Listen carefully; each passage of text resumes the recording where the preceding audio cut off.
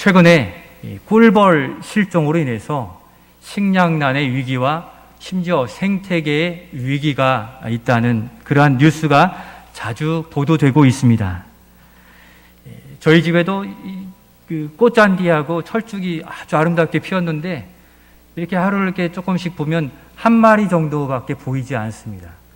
그만큼 실감할 수 있는데 이 꿀벌 한 마리가 무슨 역할을 하겠지만 실제로는 이 꿀벌 한 마리의 수분이 생태계를 지켜가는 이 일들을 감당한다고 합니다. FAO 유엔 식량농업기구에 따르면 식량의 90%를 이 100대 작물이 공급한다고 그래요. 이 100대 작물의 70%를 꿀벌의 수분으로 열매가 수확이 된다는데 이 꿀벌이 사라지기 시작하면 세계적인 식량난의 위기와 생태계의 또 파괴까지 일어날 수 있다고 합니다. 이런 부분을 볼 때 작은 생물, 생명까지도 하나님의 창조 질서와 그 섭리가 얼마나 위대하신가를 우리는 생각해 볼 수 있는데 여러분들 지나다니시다 꿀벌 한 마리 보면 사랑해 주시기 바랍니다. 꿀벌이 우리의 삶에 또 필요한 부분이 되는 것이죠. 이 꿀벌 한 마리의 매개를 통해서 열매가 좌우되듯 우리의 신앙생활에 있어서 이 꿀벌의 매개와 같이 열매 맺는 신앙생활을 위하여 부활 신앙은 너무도 중요하다는 것입니다. 이 십자가로 믿음의 씨가 뿌려졌다면 바로 이 생명을 다시 살린 부활에 대한 확신과 믿음, 이 부활 신앙은 이 땅에서 열매 맺는 신앙생활을 위해 굉장히 중요한 역할을 한다는 것이죠. 다시 사신 주님, 죄와 사망을 이기신 주님의 능력 때문에 믿음의 자신감을 가지고 살 수 있다는 거죠. 부활 신앙이 없으면 세상에 나아가 있는 듯 없는 듯 우리는 확신이 없는 생활을 할 수밖에 없기에 바로 부활 신앙은 열매 맺는 신앙생활을 위해 가장 중요한 무기 중에 하나가 될 수 있습니다. 부활을 건넜던 신앙, 건너뛰어버린 신앙, 부활의 믿음 없이는 열매도 없다라고 말씀드릴 수 있습니다. 부활주의를 일주일 지낸 우리는 살아계신 예수님께 분명한 확신을 가지고 생활하셨습니까?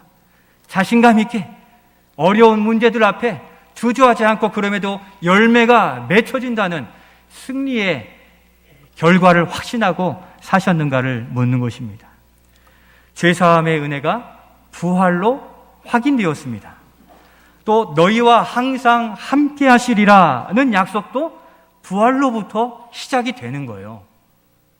성경은 문자가 아니라 살아계신 주님이 도장을 찍어주시고 맞다라고 이와 같이 말씀하시기에 부활신앙은 너무도 중요한 것이죠. 이 시간 부활신앙에 대해 조금 더 살펴보면서 부활신앙이 우리에게 요청하고 요구하는 이 메시지에 대해서 귀를 열어서 가슴에 새기고 열매 있는 신앙생활의 결단으로 은혜가 부음받는 이 시간이 될 수 있기를 소원합니다. 먼저 부활신앙은 우리에게 무엇을 요청하고 있습니까? 첫 번째 우리 같이 한번 읽겠습니다. 잠자는 자여 깨어 일어나라. 한 번 더 읽겠습니다. 잠자는 자여 깨어 일어나라. 우리 14절 말씀이 우리에게 지시하십니다. 같이 읽겠습니다. 그러므로 이르시기를 잠자는 자여 깨어서 죽은 자들 가운데서 일어나라. 그리스도께서 너희에게 비추이시리라 하셨느니라. 아멘. 예수님을 따를 때에는 죽기를 각오했던 제자들이 예수님이 십자가에서 죽으신 이후에는 현실을 마주하고서부터는 다시 그들의 신앙의 방향을 잃고 잃어버리고 잠들어 버렸습니다. 예수님의 부활에 대해서 아무런 감격과 기쁨을 누리지 못한 제자들은 삶의 기대가 없었습니다. 믿음으로 이겨내는 삶에 대한 의지와 투지가 없으니 잠자는 자들이요 또 죽은 자들이라 성경은 말씀하고 있습니다. 이번 한 주간을 지내면서 부활주의를 지낸 한 주간을 지내면서 부활의 능력을 힘입어 신앙생활의 영역을 다시 회복하려고 또 그 부분을 지켜내려고 애쓰는 여러 성도들을 많이 보았어요. 우리의 신앙생활의 영역이라면 어떤 부분이 있습니까?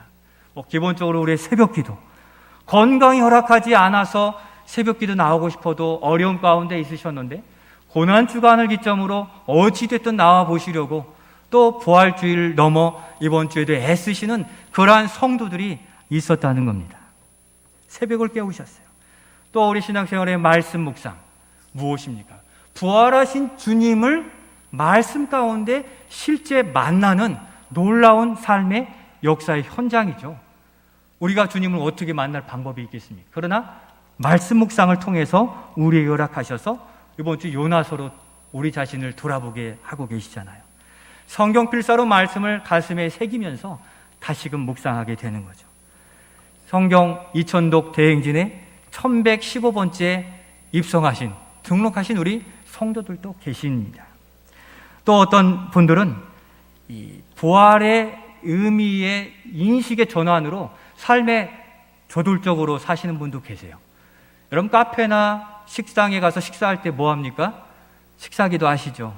의례껏 하실 수 있습니다만 우리가 부활하에 다시 살아난 부활의 증인으로서 나는 다시 살아난 부활의 증인이야 하는 의미로 내가 부활의 증인으로 이 자리가 주님이 역사하는 자리가 되게 하옵소서 하고 차 마시고 거기에 당당하게 이 기도하는 모습, 이것이야말로 이러한 분들이야말로 부활의 능력을 삶에서 나타내려고 애쓰는 성도들 아니겠습니까?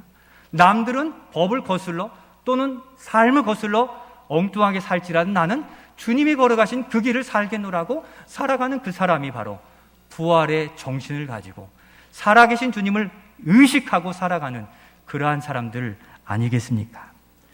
바로 그러한 이들이 이 부활을 진정으로 되새기며 능력 있게 살아가는 모습인 것입니다.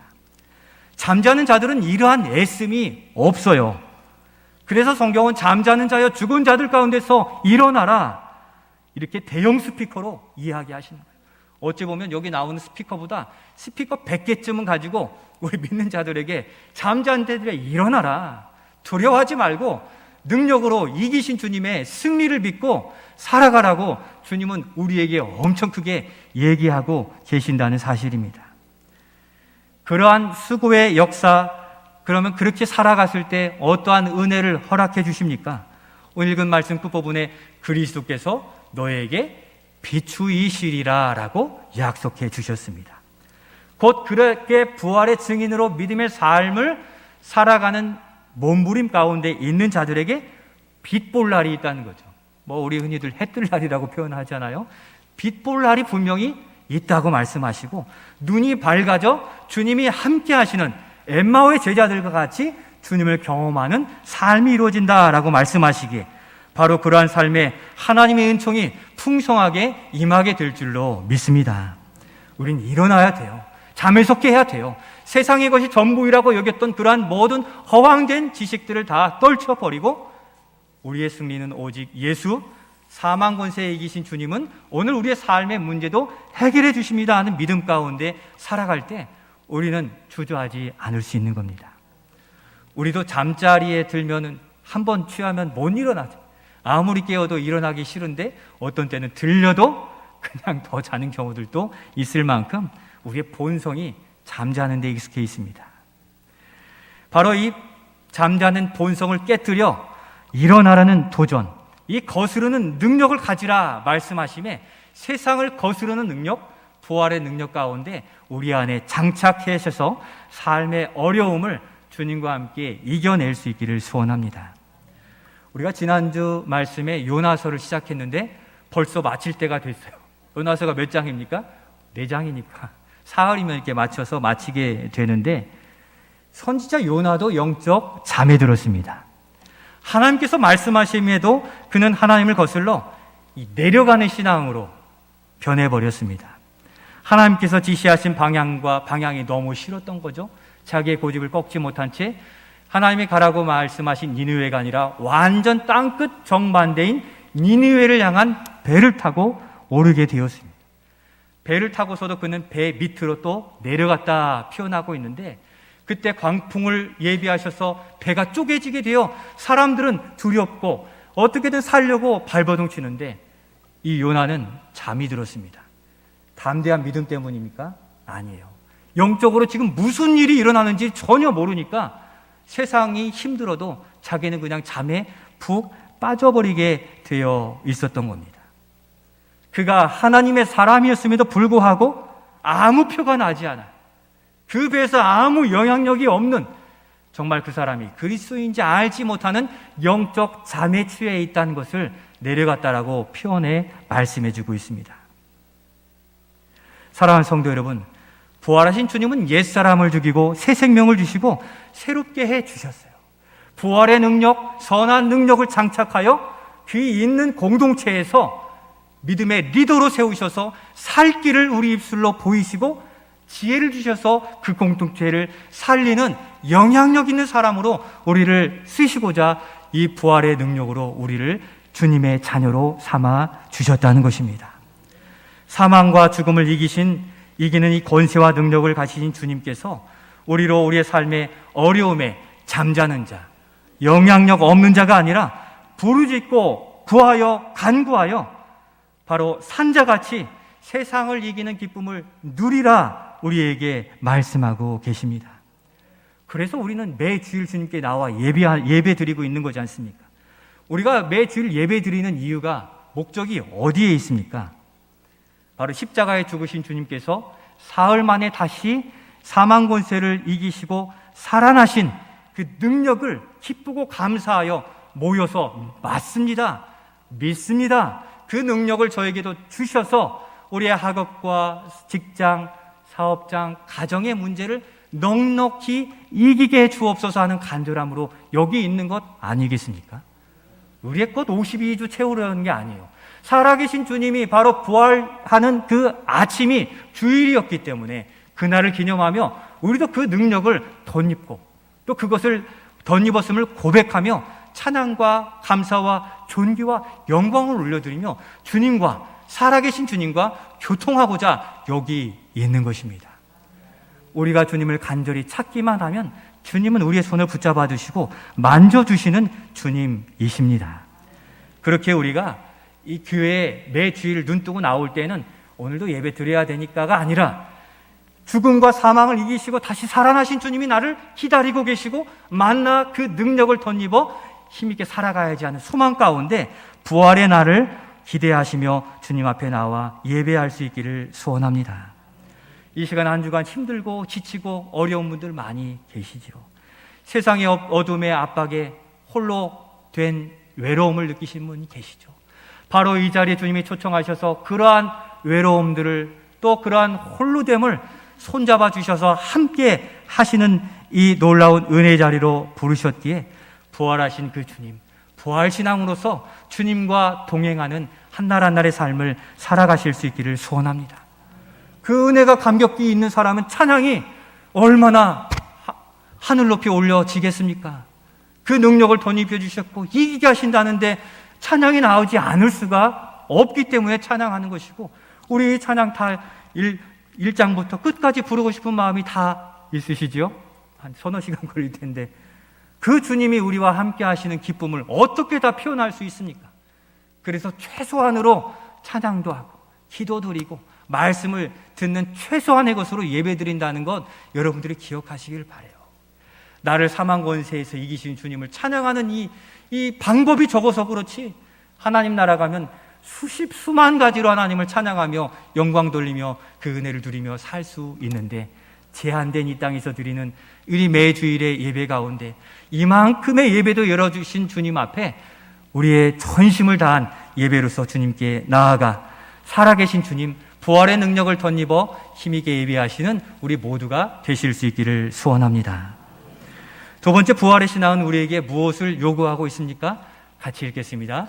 지혜 있는 자같이 하여 세월을 아끼라 말씀합니다. 15절 16절입니다. 같이 읽겠습니다. 그런즉 너희가 어떻게 행할지를 자세히 주의하여 지혜 없는 자같이 하지 말고 오직 지혜 있는 자같이 하여 세월을 아끼라. 때가 악하니라. 아멘. 이 말씀이 좀 긴데 두 부분으로 나누면 무엇하라고 하는지 알 수 있습니다. 먼저는 앞부분에 그러므로 너희는 이 세심한 주의를 하여서 너희가 지금 어떻게 생활하고 있는지를 눈으로 보라라는 거예요. 누구를 봅니까? 우리 자신을 보라는 거예요.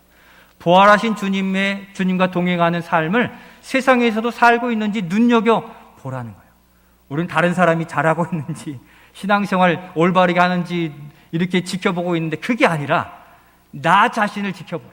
세심하게 주의하여 나라고 양보하지 마, 대충 지나지 말고 정말 그 부활의 신앙을 가지고 복음대로 살고 있는지 우리 자신을 스스로 눈여겨보라 말씀하는 거예요. 어떤 것이냐면, 너희가 지혜 없는 자들처럼 행하는지 지혜 있는 자들처럼 행하는지를 눈여겨보라고 말씀하시는 겁니다. 요한복음 21장에 보면 놀랍게도 제자들이 부활하신 주님의 소식을 듣고도 그들이 아무 반응이 별로 없었어요.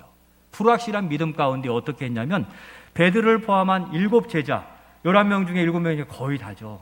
직업이 어부인 자들이 나는 물고기 잡으러 가겠다 하고서 7명이 다 물고기 잡으러 가버린 겁니다. 그들이 살았을 때는 죽어도 주님을 배반하지 않고 부인하지 않겠습니다 했던 그들인데, 다시 이전 직업 어부로 다 돌아가 버린 겁니다.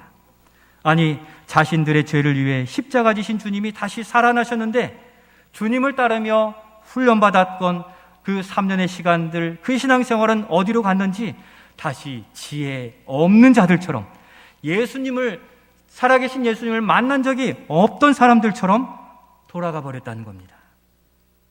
우리의 삶은 어떠하셨습니까? 그럼에도 부활하신 예수님은 제자들에게 찾아오셔서 40일 동안 함께 하셨어요. 왜 그랬습니까? 그들이 다시 이전 생활로 돌아가 죄와 사망의 법에 고통스러운 삶을 살지 않도록 그들이 다시금 믿음을 지키고 주님의 제자로 서게 하고자 40일간을 더 긍휼의 시간으로 함께 하시며 붙들어 주시는 주님이십니다. 성도 여러분, 지난 한 주 여러분은 어떠한 사람으로 살아오셨습니까? 지혜 있는 자처럼 살았습니까? 지혜 없는 자처럼 살았습니까? 지혜가 없다는 것은 죄와 어둠에 끌려 그렇게 힘든 삶을 살고도 다시금 그 죄악된 어두움의 자리로 다시 돌아가 사는 것을 지혜 없다고 말씀합니다. 출애굽하여 홍해를 건넌 이들이 다시 우리를 애굽으로 보내달라는 그 어리석음, 지혜 없음이 우리의 삶 속에 없다고 말할 수 없는 것입니다.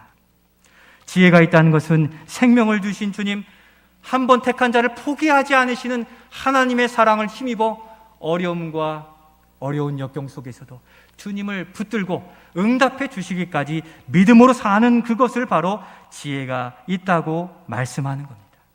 우리의 지혜는 어디로부터 나오고 그 지혜는 무엇입니까? 우리의 지혜는 예수님이 우리 죄를 위해 십자가 달려 죽으심으로 죄사함을 받아 우리는 죄에서 해방되었습니다. 자유함을 누립니다 하는 것이 지혜입니다. 우리의 지혜는 예수님으로 인해 나음을 얻었고 나는 고침을 받아서 온전한 신앙생활 가운데 은혜의 삶을 살고 있다는 것이 지혜입니다. 우리의 지혜는 이제는 더 이상 고아가 아니라 우리를 하나님의 자녀 삼아 주셔서 하나님의 보호 가운데 살고 있다는 것을 믿는 믿음이 지혜인 것입니다. 우리의 지혜는 십자가에 달려 죽으신 주님이 다시 살아나셔서 내 안에 생명이 되어서 생명 없는 물질과 소유, 명예에 매달려 사는 자들이 아닌 그것들을 다 잃어도 다 내려놓아도 주님이 내 안에 역사하시는 성령의 충만함과 은혜 때문에 오늘도 행복합니다를 고백할 수 있는 그것이 살아있는 지혜인 것입니다.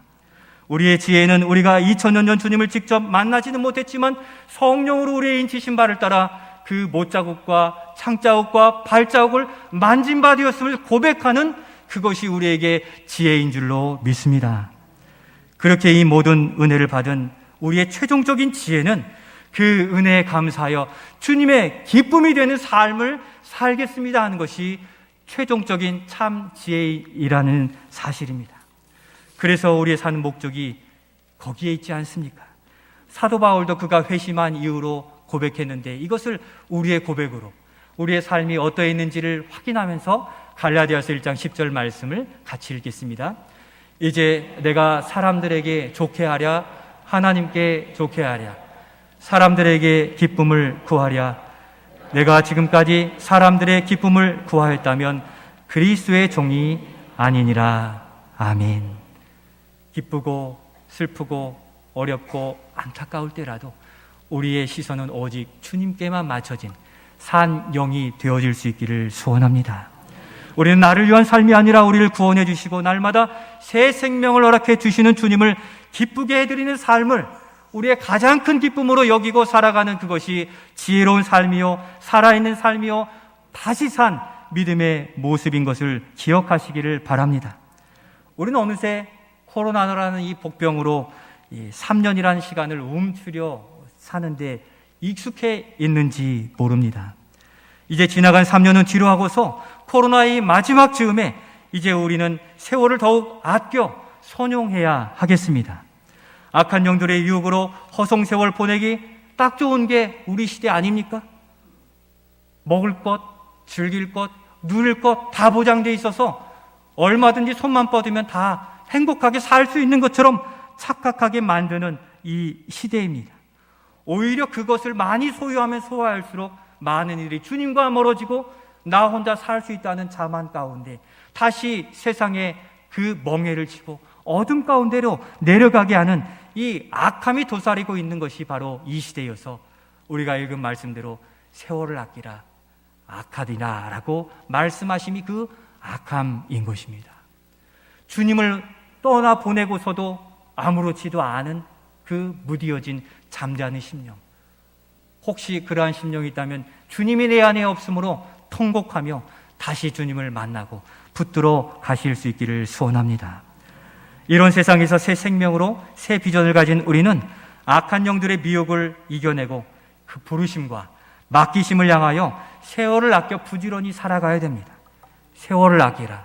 젊은 날, 좋은 날, 행복한 날은 금방 지나가는 것이죠. 이제 이 땅에서 얻은 행복이 아닌 주님으로부터 내려오는 그 참된 행복, 주님과 동행하면서 이겨낸 승리를 통하여 누리는 그 행복을 누려가는데 우리의 관심을 가지고 나아가야 될 것입니다. 지나온 3년 순식간에 지나가 버렸는데 그 안에 있었던 젊음과 열정, 사역들이 얼마나 안타깝게 많이 지나가 버렸습니까? 이제 더 늦기 전에, 우리의 나이를 더 먹어서 육체의 연약감을 더 절감하기 전에 영육간에 다시금 일어나는 또 그러한 계기와 또 기회를 적극적으로 만들어 가시기를 바랍니다. 세월은 절대 기다려주지 않는 걸 우리는 알고 있습니다. 은혜를 누릴 시간을 3년을 보내고 나니 이제 좀 정신이 들지 않습니까? 때맞춰 코로나도 물러가게 하시면서 우리는 새로운 전환점을 준비하고 또 각오하고 만들어 가야 되는 것입니다.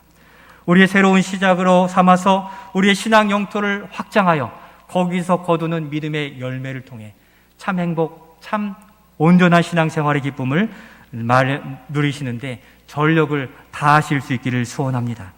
그러면 어떻게 해야 되겠습니까? 마지막 같이 읽겠습니다. 결단하고 행동해야. 머릿속으로 아니라 결단하고 행동해야 되는데 17절 말씀의 방법을 알려주세요. 같이 읽겠습니다. 그러므로 어리석은 자가 되지 말고 오직 주의 뜻이 무엇인가 이해하라. 아멘. 어리석은 자. 이 어두운 세상에 좋아하는 쾌락과 향락, 즐거움을 그러한 일들의 어리석음에서 떠나서 바로 지혜 있는 자, 주의 뜻이 무엇인지 이해하라고 말씀하시는데 그 뜻을 바르게 이해하고 생활하는 것이 바로 바른 신앙생활입니다. 우리는 신앙생활의 정의를 우리 스스로 내려요. 내가 행복하고 내가 좋으면 그게 좋은 신앙생활이에요. 그것이 아니라 주님이 뜻하시는 바대로 살아가는 것이 바른 신앙인 것을 믿습니다. 내 것이 아닌 주님의 것이 온전하고 주의 말씀이 옳으십니다를 고백할 수 있는 신앙생활이어야 우리의 잘못된 신앙을 끊어내고 고쳐 나아갈 수 있습니다. 우리를 죄에서 구원해 주시고 다시 살려주신 이유를 따라 살아가면 바른 신앙생활, 행복한 신앙생활이 될 수 있는 거죠.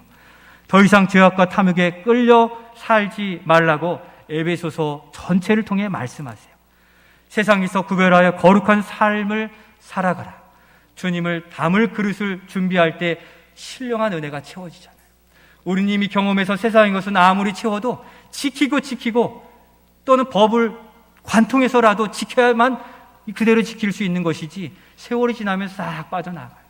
그러나 주님의 것은 한번 들어오면 우리 안에 가득 채워져서 그 창고에 있는지 없는지 확인해 보라고 주님이 우리에게 말씀하시기까지 분명한 우리의 공급처가 되시는 겁니다. 같은 부르심에 있는 자들이 모여 교회를 이루고 부활의 증인된 삶을 살게 하신 겁니다. 코로나로 많이 물러서고 놓쳐버리고 놓아버리고 잃어버린 신앙생활이었음을 우리가 인정합시다. 내 삶의 유익과 즐거움을 조금 더 받아들인 것을 솔직히 고백하며 우리의 삶을 다시금 리모델링하고 고쳐서라도 주님의 은혜가 머물 그 영적인 처소를 내 안에 만들어 갑시다. 이것이 없으니까 자꾸 세상의 것, 스펙을 쌓으려 하는 것이지, 우리 안에 주님이 자꾸 충만해지기 시작하면 세상의 것 때문이 아니라 주님의 인도와 섭리 때문에 우리는 괴로운 중에도 견딜만 합니다.